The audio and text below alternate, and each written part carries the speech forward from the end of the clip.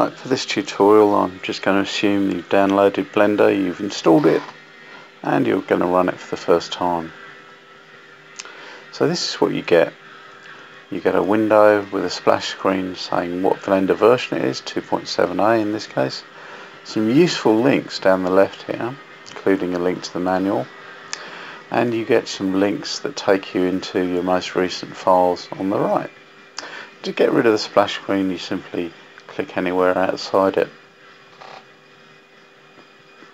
Now you've got a scene which has the three standard objects in that Blender always puts in, which is basically a cube, a lamp and a camera. There's also a grid. Now that grid never renders, it's just there to give you an idea of scale visually. And you select things in the 3D viewport there by right clicking on them, and as you can see they're also selected at the top there in what's called the outliner. Now I'm going to turn on my screencast keys, and N key actually when you're in the 3D viewport brings up an extra little menu which has a few occasionally useful things on it. Now in the profiler up here you've got the items listed. You can resize it if you've got lots of them to save you from scrolling up and down. And as you can see we've got our camera, and I can select them by left clicking on them, and in the scene by right clicking on them. And some people find this a bit confusing, but it's quite easy when you get the hang of it. So let's right click on the cube, and we'll go to what's called the properties window down here, and this bar at the top there shows you all the different types of properties. This block there isn't a cube because it's actually a cube that we've hit. It's always represented like that. And we've got materials, and what we're going to do at the moment, we're going to play with the actual location, rotation and scale settings. Now, this is one way you can change them. You can actually click and drag on the, for example, the Z rotation.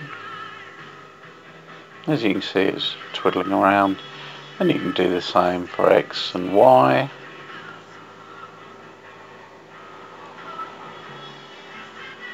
And of course you can do the same sort of thing for location to move it.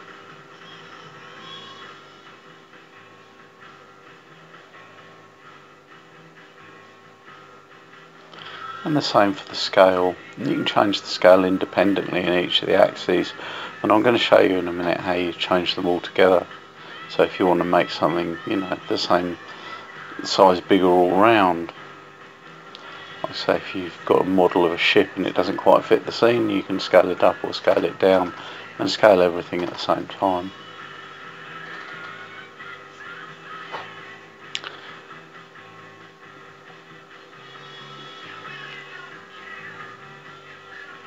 Now by hitting Ctrl Z, which is undo, we can undo quite a few levels. As you can see here I've hit Ctrl Z 11 times, I've undone it all the way back.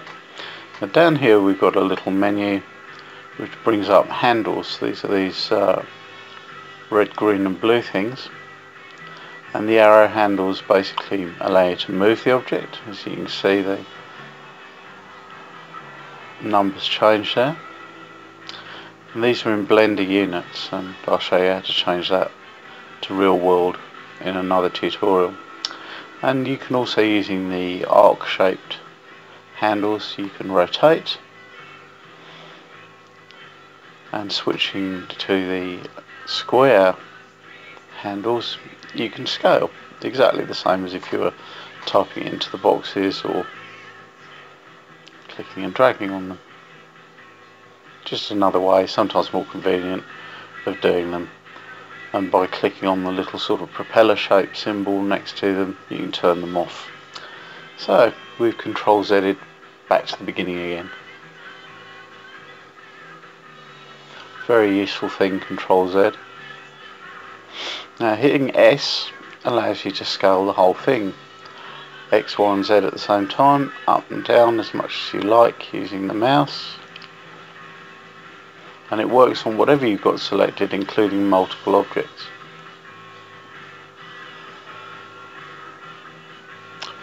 Wonderful. Control Z again.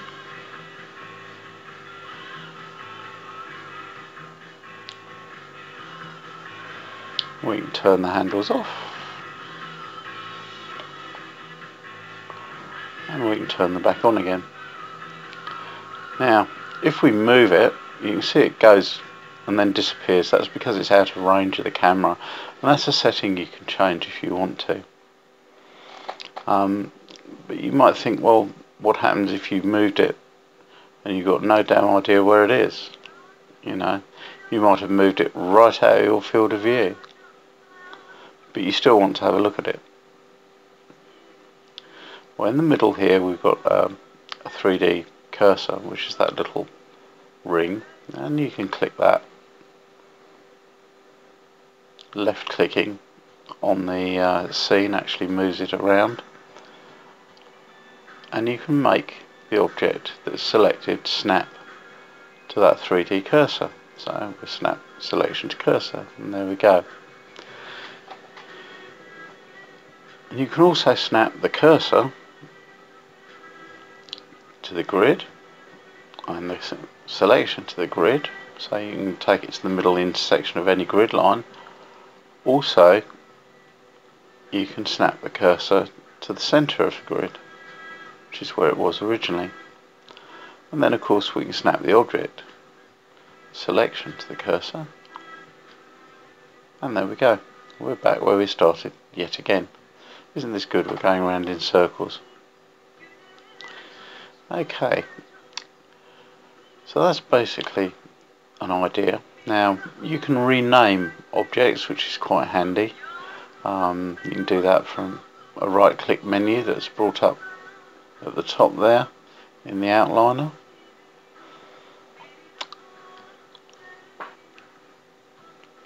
We'll just call that cube 2 for the moment. As you can see, it also changes in the properties window, and you can also change the name in the properties window. So if we call it a zebra, lo and behold, in the outliner it's now called a zebra. Blender doesn't care what it's called, you can call it whatever the hell you like.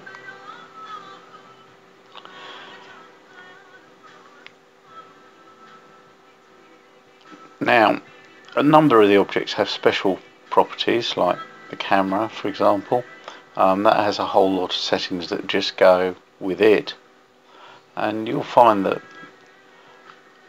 you've got a whole load of presets there, and this is one that I like using, Canon C300, but you can play around and use whatever the hell you like. A lot of these settings are only really important if you're doing things like motion capture. There's also some composition guidelines which only show up in the camera view. So we'll go there, view camera, and that is the view through the camera. And as you can see, it's put these composition guidelines in. There's different composition schemes. This one is called thirds, where you try to put things of interest in the crosshairs. And as you can see, there's a whole bunch of them. And we'll turn that off. Now, while we're in camera view, we might as well point out a few other things as well. We can view top, which is obviously view the whole scene from the top. We can view the front, which is the whole scene from the front. And if you press down your middle mouse button and move the mouse around, you'll find that you've got a nice way of rotating the whole scene, which is a very useful way of looking around something. Give it a go. Now if you've got a middle mouse wheel, you can zoom in and out using the mouse wheel, and if you press shift and click with the mouse wheel or the center mouse button, you can move the whole scene around. Now sometimes you can get lost, so this is where another view item comes in. If you go to align view and view selected, you can view whatever object you've got selected. It doesn't matter where it is in the scene, it'll center it in the view. I've used, for example, the lamp. Align view, view selected, and I'm now looking at the lamp. Now, if you've got a lot of objects spread all over the scene, this is actually a very good way of navigating between them if you want to make minor changes to them, or even if you want to make major changes to them. Come to it.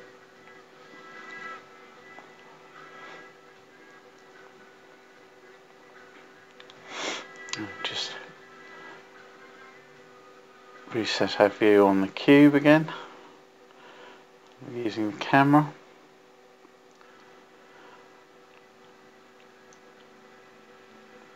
And what I'm going to do is I'm now going to add something. Now, there's a couple of different ways you can add. You can use the create menu at the top, or there's the add menu. And I'm going to add in, this time I'm going to add in the cylinder. The monkey there is used for materials. It's very useful actually. It gives you a funny shape, and you can see easier what materials apply where. So I've added the cylinder, and as you can see it's popped into being exactly where you'd expect it, where the 3D cursor is. And that basically is our cylinder. Now I'm going to scale it, S key, make it go down. And one of the things that beginners always ask is, how do you drill a hole in something? I'm just about to show you. So let's move it down. As you can see, nothing up my sleeve, and the cylinder goes all the way through the cube. It's in the centre because everything so far that we've done lines up with the centre of the scene, which is a useful way of learning to model, especially when you use the mirror like we do later. Now what we're going to do is we're going to use a modifier. Modifier is another thing that are selected from the property bar, and what we'll do is we'll right click on the cube to select it, and let's just view it a bit better. View selected, shift it around to get a better view of it. Yeah.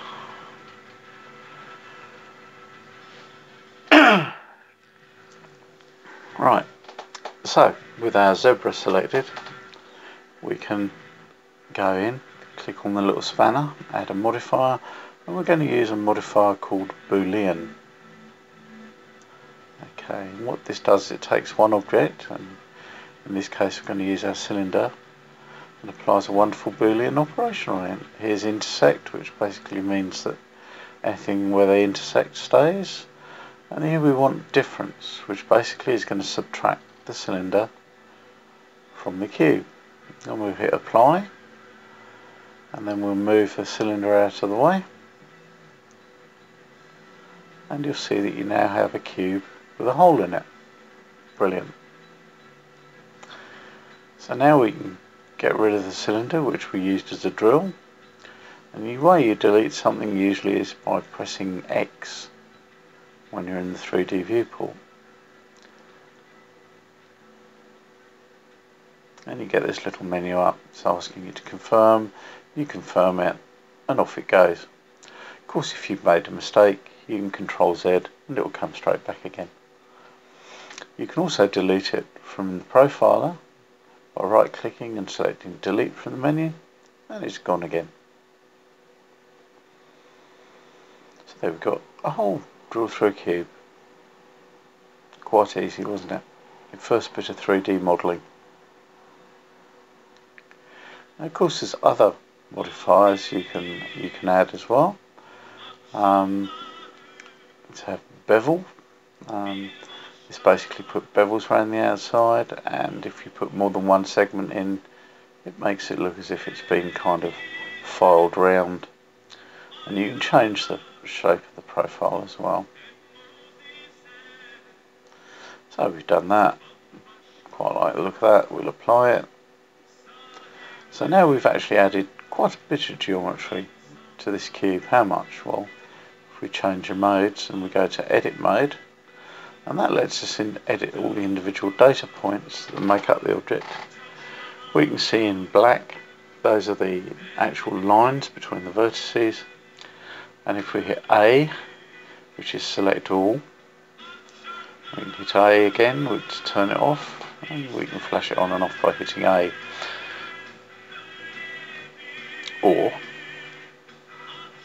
we can right click over the top of one of the vertices, or we can use one of these selection menu items, and there's loads of them. Circle and border are quite useful. But for the moment, let's just right click on one of the vertices. You can see there we've selected it. We could, if we wanted, move it, scale it, which wouldn't make much sense with the single vertex. It wouldn't actually do anything. We can rotate it, likewise, wouldn't do anything. But if we go to a different select mode, as you can see there in the bottom right, you've got vertices, edges and faces. Now we're on edges, so we can move a whole edge, select a whole edge by right clicking. And faces, we can select a whole face. And there we go. So I've selected that face. We'll do something interesting with it, shall we? Let's extrude it. Now, you can extrude by pressing E. It's also in the menu, as most things are. Just hit extrude there.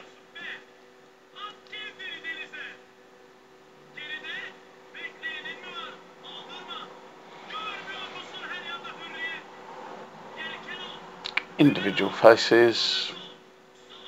And you can see, as you move the mouse pointer around, it moves up and down. Now, when you extrude something, it always moves along a line at 90 degrees to the actual face, which is useful.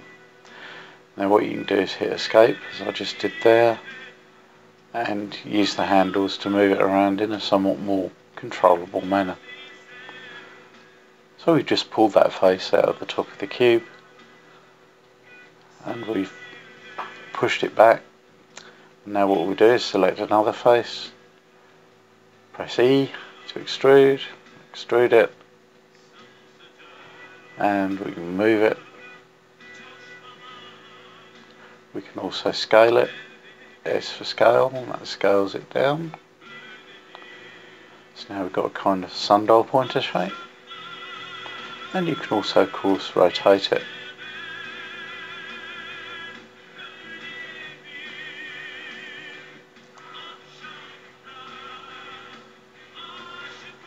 Go back to object mode, and you can see what we've got is a kind of peculiar sort of inkwell shape, and it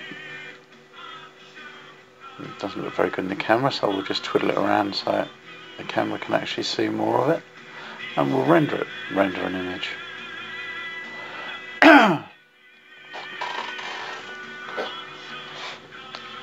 Now, it's not terrifically good at the moment because it's got no materials. Well, it's got Blender's default material, a particularly unexciting grey plastic.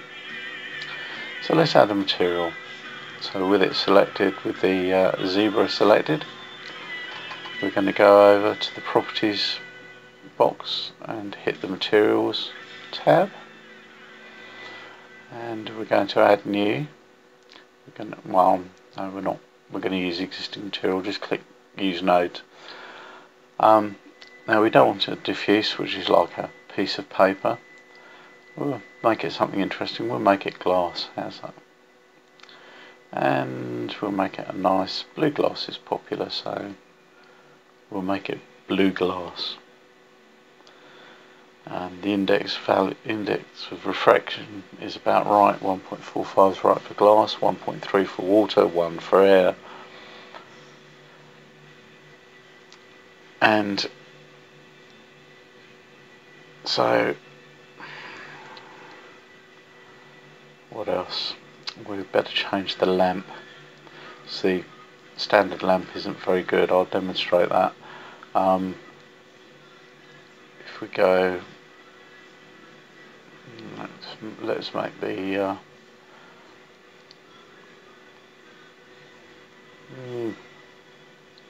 what the hell? So you can see you can't. One of the other problems is you can't really point it anywhere because it's a point source. So light comes out evenly in all directions. Make strength 1000. It might do something, might not. Let's have a look. Yeah, it's all way too dark. Now you can stop Blender from rendering at any time, either by hitting the escape key, or at the top right there, there's or was while it was rendering, there's a little box with a cross in. So we show hide render view and it hides it back to the 3D view again. So what we need to do is we need to change that lamp, so I've deleted it. I'm going to add a plane as well, and that's basically going to be our lamp, because one of the things we can do with the materials in cycles is that we can actually make objects emit light, and one of the very useful things to do is to use a plane as a light, because then it's a directional light and it will cast shadows. So I'm going to make it an emission surface.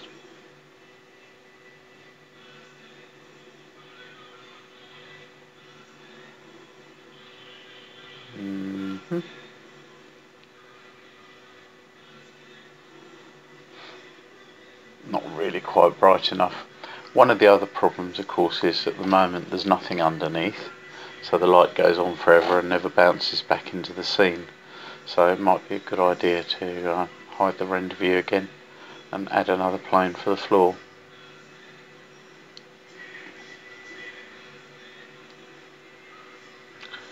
Put the cursor back in the centre first. You don't have to, but it helps to know where things are. And we'll scale this right up. So that's S, and move the mouse around. And we'll move it around so that the camera can see most of it, and we'll drop it downwards because it wants to be underneath the object and not actually halfway through it. So there's the plane. So we ought to give that a material really, and that would be best really as a kind of paper material. So if we go into materials, we'll select new, and diffuse is okay in this case. We'll give it a slightly blue colour, that'll probably look nice. Kind of electric blue. And we'll see what that looks like. As you can see, immediately that's improved the level of light. But what we've got now is a lot of what they call fireflies, which is those little white dots. And those happen really where you've got strange objects shaped out of glass. Blender tries to simulate caustics, which is what happens when very bright light bounces around inside glass. Sometimes it does a really good job of it, sometimes it doesn't. But we can turn it off and make the render a lot less noisy. And we do that by going to the render settings over here. It's in the properties panel, but these are global. The first 4 are global, they're set for everything. So I'm not interested in that. Dimensions, well, I'm going to put a preset in, DVC Pro. Yes, that's okay. 24 frames per second. You can render at different speeds to get slow or fast movement. And you can select where you want the output to go. I'm not worried at the moment.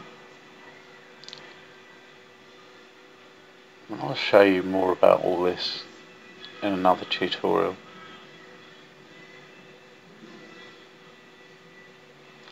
The most important thing for us today is to click down there where it says no caustics under light paths, and I've turned the render up to 100 samples, which might be a little slow. It's very smooth, but it is indeed very slow.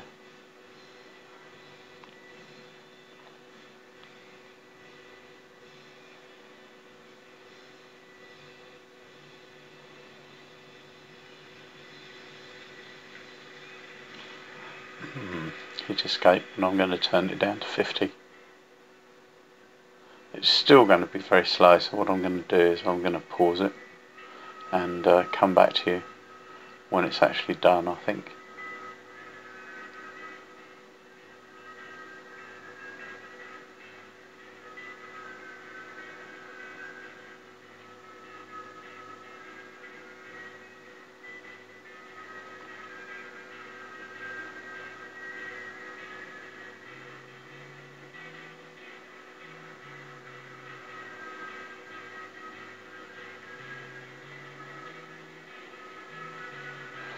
Now, a lot of people who work with Blender obviously have multiple computers, and this is one reason.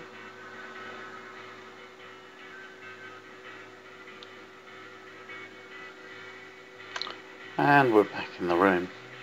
So there we go. That's a much smoother render, much more convincing. It's still not that good. I mean, the materials are too perfect for a start. You've got a perfect piece of paper, you've got perfect glass, and these things don't exist in the real world. But I'll be doing a materials tutorial that will help you get over that. As you can see, there's still a few little dots. There's a highlight, so I think.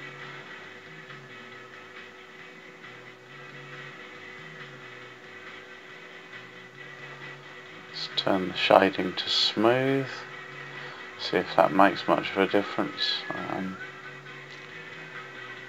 I might try turning caustics back on again actually and see if it's, because sometimes just turning the render value up will do it.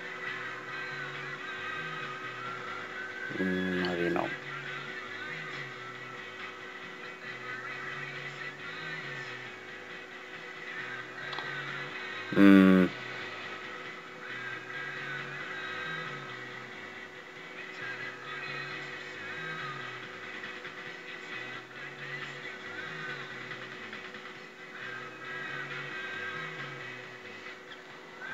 No. Caustics is definitely going to have to be turned off for this one. And there we are. So this has been a quick taste of Blender. Hope you like it, and see you in the next tutorial.